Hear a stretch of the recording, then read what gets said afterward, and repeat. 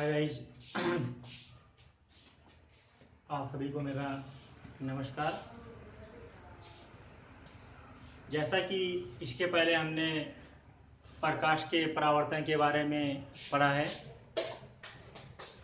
उसी के अगले क्रम में आज हम प्रकाश के अपवर्तन के बारे में पढ़ेंगे।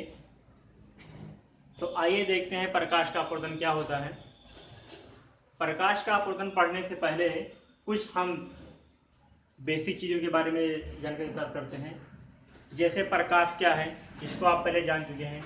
परावर्तन क्या है, इसे आप जान चुके हैं।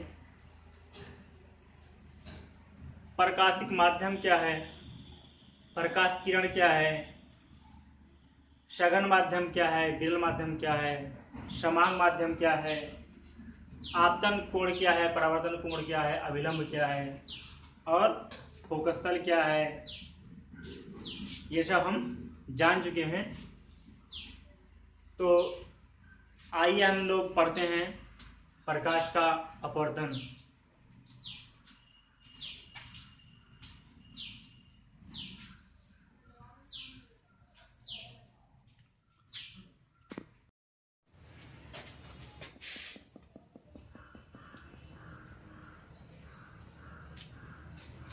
क्या प्रकाश का अपवर्तन, इसके पहले आपने पढ़ा था प्रकाश का परावर्तन। आज हम पढ़ने जा रहे हैं प्रकाश का अपवर्तन। क्या होता है अपवर्तन, आइए थोड़ा समझते हैं।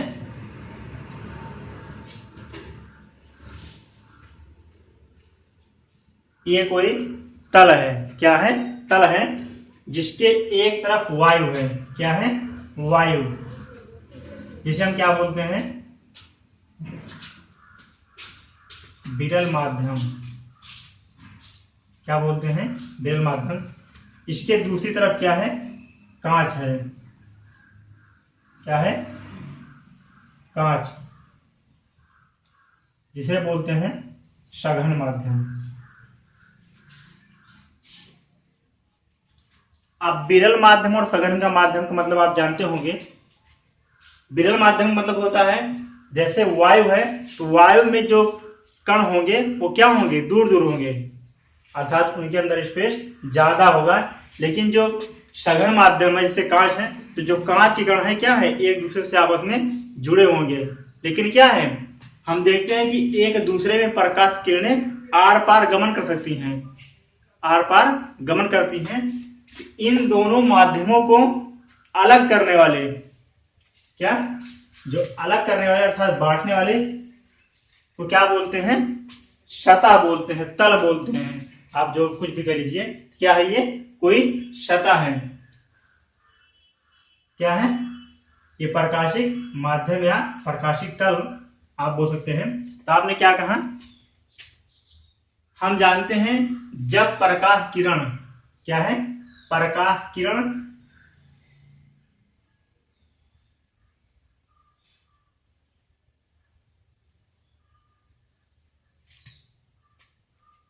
हम मानते हैं कि इधर से आने वाली प्रकाश किरण क्या है,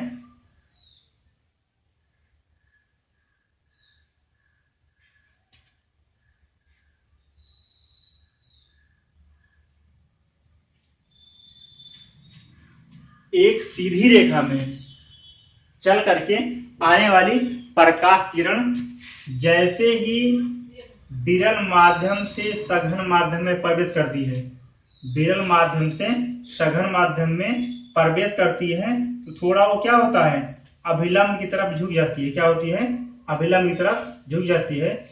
जैसे कि इसे सीधे ऐसे निकल जाना था, क्या है, सीधे से निकल जाना था, लेकिन आप देख रहे हैं कि ये क्या है, ये एन अभिलंब है। क्या, क्या है, ये अभिलंब है, जिसकी तरफ क्या होती है, झुक जाती है। क्या हो जाती है, झुक जाती है। इस क्रिया को मतलब आपने देखा कि इसके पहले जब आपने परावर्तन पढ़ा था, उसमें क्या होता था, जब प्रकाश किरण, प्रकाश की किरण एक सीधी रेखा में चल करके आती थी और किसी परिष्कृत चिकनेदार तल से टकरा करके पुनः उसी माध्यम में लौट जाती थी। इस क्रिया को क्या बोलते हैं हम? प्रकाश का परावर्तन। लेकिन जब प्रकाश की किरण एक माध्यम से चल करके दूसरे माध्यम में प्रवेश करती है, अर्थात आर पार गमन कर जाती है, क्या होती है?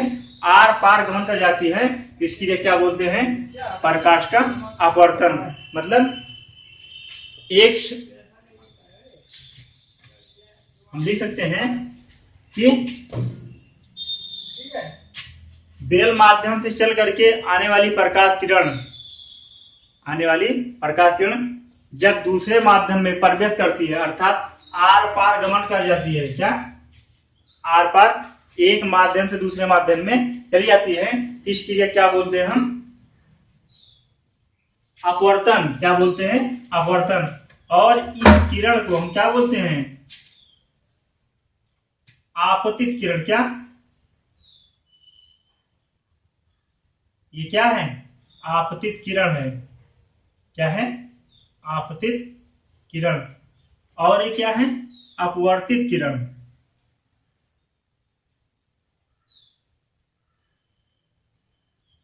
क्या है? अपवर्तित किरण। और ये क्या है? आपतन बिंदु। और ये क्या है? एन अभिलंब। क्या है? अभिलंब। क्या है? अभिलंब। इसे क्या बोलते हैं? आपतन कोण आई। क्या बोलते हैं? आपतन कोण आई। और जो ये कोण है, अभिलंब और अपवर्तित कोण के द्वारा बनाया गया जो कोण है, ये क्या है? आर। अपवर्तित किरण, आपतित किरण, आपतन कोण, अपवर्तन कोण। क्या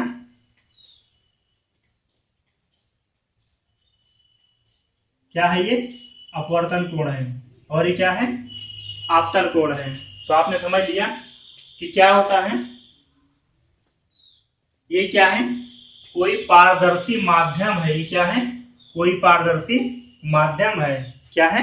पारदर्शी माध्यम।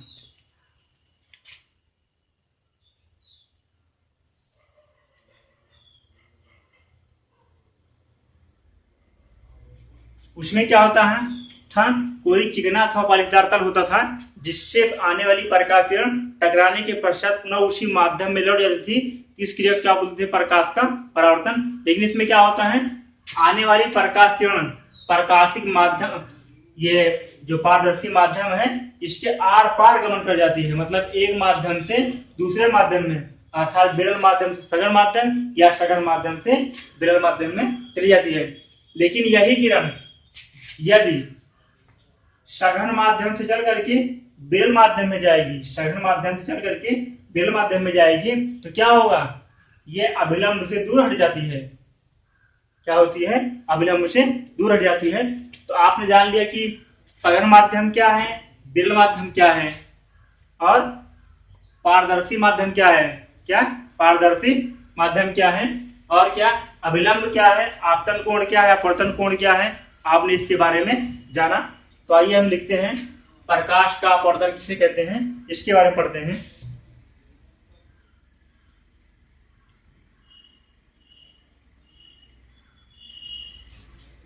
लिखते हैं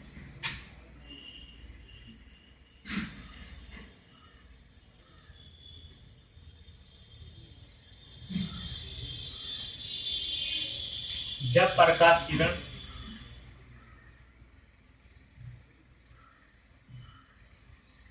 किसी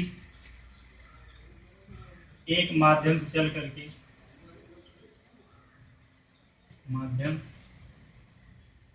से चलकर दूसरे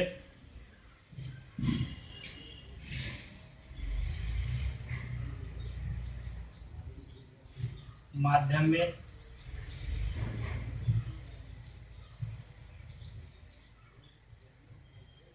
चली जाती है, अर्थात आर पार गमन कर जाती है। आर पार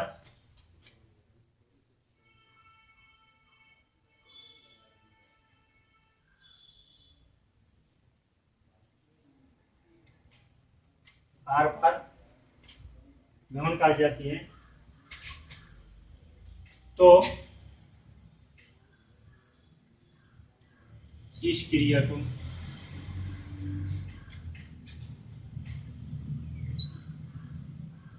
प्रकाश का अपवर्तन कहते हैं।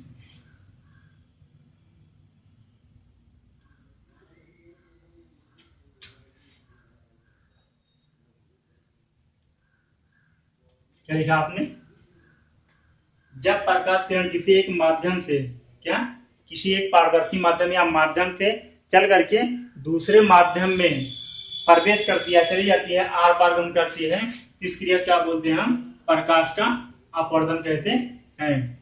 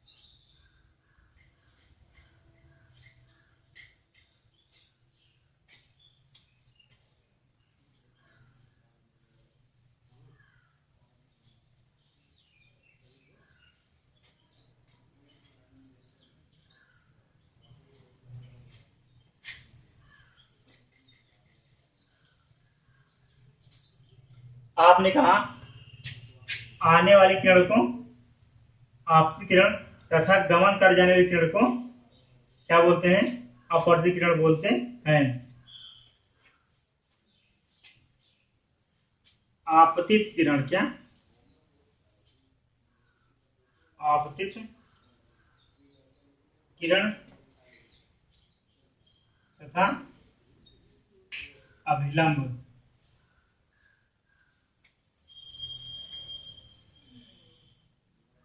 के बीच बने कोण को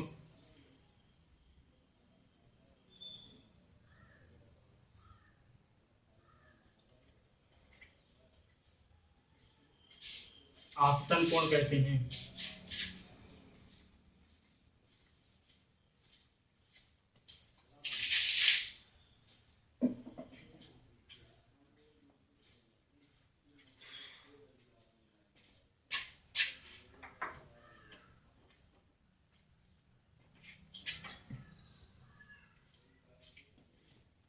अपवर्तित किरण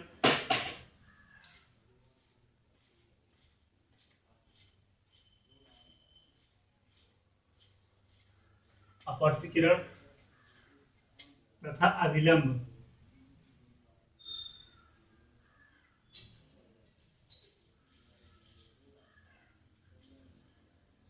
के बीच आपने पढ़ा कि प्रकाश का अपवर्तन क्या होता है। क्या प्रकाश का अपवर्तन क्या होता है? अब हम अपवर्तन के नियम के बारे में पढ़ेंगे। क्या पढ़ेंगे? अपवर्तन के नियम के बारे में पढ़ेंगे। आपने देख लिया आपतित किरण क्या है, अपवर्तित किरण क्या है, आपतन कोण क्या है, अपवर्तन कोण क्या है, अभिलंब क्या है और प्रकाशिक माध्यम क्या है और पारदर्शी माध्यम क्या है। इन सब के बारे में आपने क्या किया? जानकारी प्राप्त कर लिया। अब हम देखेंगे जिस प्रकार से हमने प्रकाश के परावर्तन के नियम के बारे में पढ़ा है, उसी प्रकार हम क्या पढ़ेंगे? प्रकाश के अपवर्तन के नियम के बारे में। तो हमने प्रकाश के अपवर्तन के बारे में पढ़ लिया है और अब हम पढ़ने जा रहे हैं प्रकाश के अपवर्तन के नियम।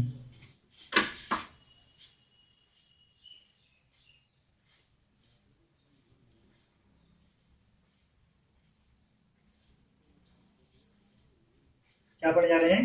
अपवर्तन के नियम।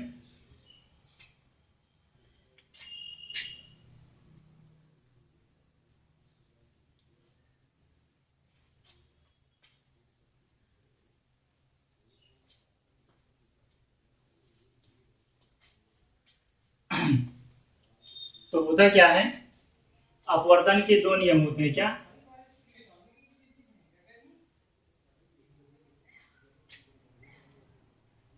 अपवर्तन के दो नियम है। क्या है? अपवर्तन के दो नियम क्या है? आपतित किरण तथा आपतन बिंदु पर खींचा गया अभिलंब तथा अपवर्तित किरण तीनों एक ही तल में स्थित होते हैं। मतलब ये आपतित किरण और अपवर्तित किरण, ठीक, तथा आपतन बिंदु तीनों एक ही तल में स्थित होते हैं। हम लिखेंगे आपतित किरण। क्या? आपतित किरण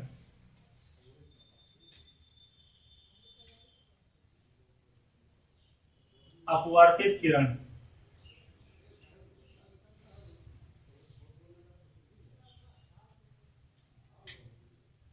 तथा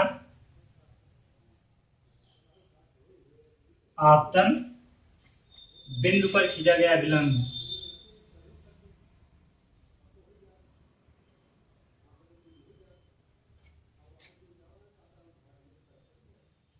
खींचा गया अभिलंब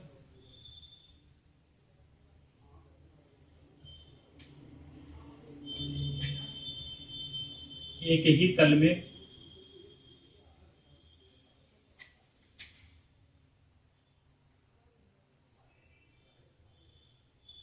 स्थित होते हैं।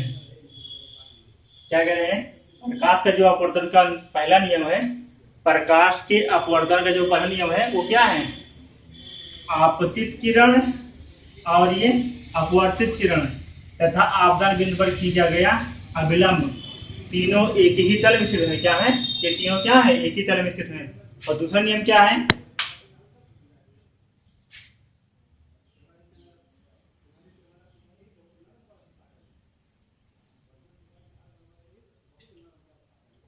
दूसरा नियम क्या है? किन्हीं दो माध्यमों के लिए, किन्हीं दो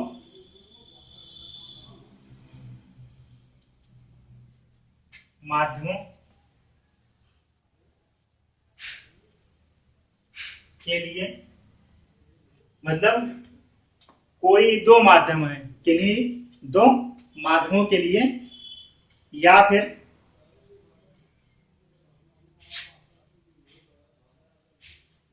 तथा एक ही रंग के लिए। क्या? तथा एक ही, मतलब कोई दो माध्यम हो या फिर एक ही रंग के प्रकाश के लिए। क्या? एक ही रंग के प्रकाश के लिए। क्या लिखा? मतलब चाहे कोई दो माध्यम हो, चाहे कोई दो माध्यम हो या फिर एक ही प्रकाश के क्या हो, तथा एक ही रंग के प्रकाश के लिए या फिर कोई एक ही रंग का प्रकाश हो, प्रकाश के लिए एक ही रंग के प्रकाश के लिए आपतन कोण की जाए। क्या? आपतन कोण की जाए।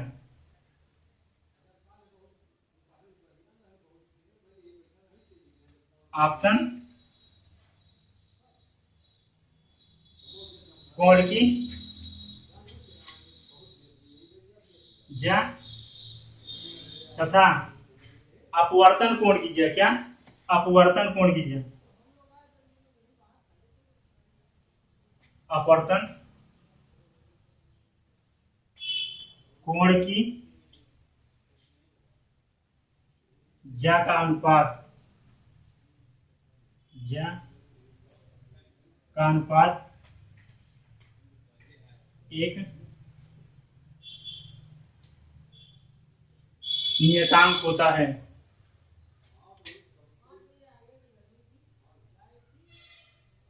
अर्थात n बराबर साइन आई। क्या? साइन आई बटे साइन आर। अब लिखा है आपतन कोण की ज्या, और आपतन कोण क्या है? साइन आई, आई ज्या साइन आई, और अपवर्तन कोण क्या है? आर अर्थात साइन आर। की ज्या का अनुपात, की ज्या का अनुपात एक नियतांक होता है, अर्थात हम लिखते हैं बराबर नियतांक, इसको ऐसे लिखते हैं।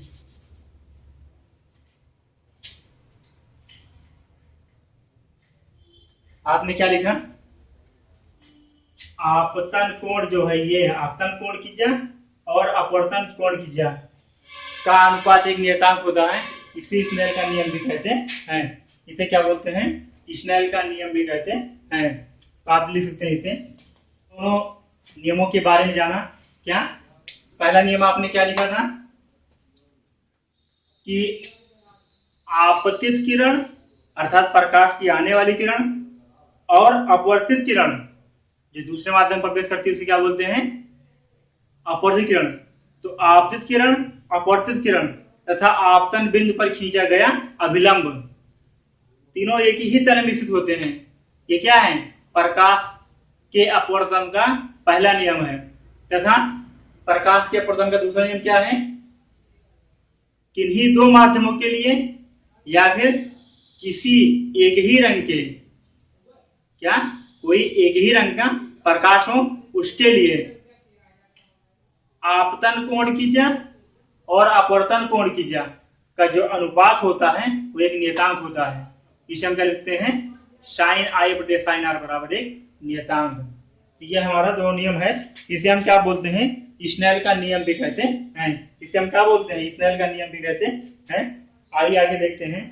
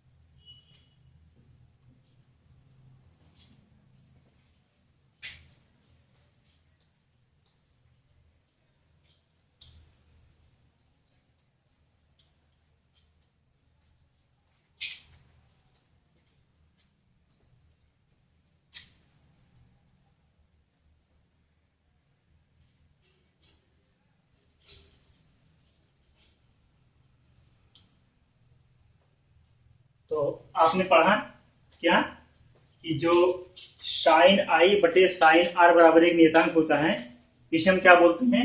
स्नेल का नियम भी कहते हैं। इसे क्या बोलते हैं? स्नेल का नियम भी कहते हैं।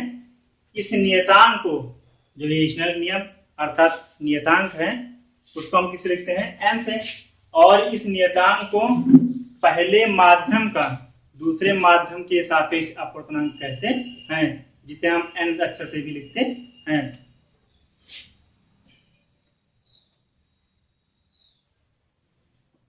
तो हमने इस टॉपिक में क्या जाना? प्रकाश का अपवर्तन तथा प्रकाश के अपवर्तन के नियम के बारे में जाना।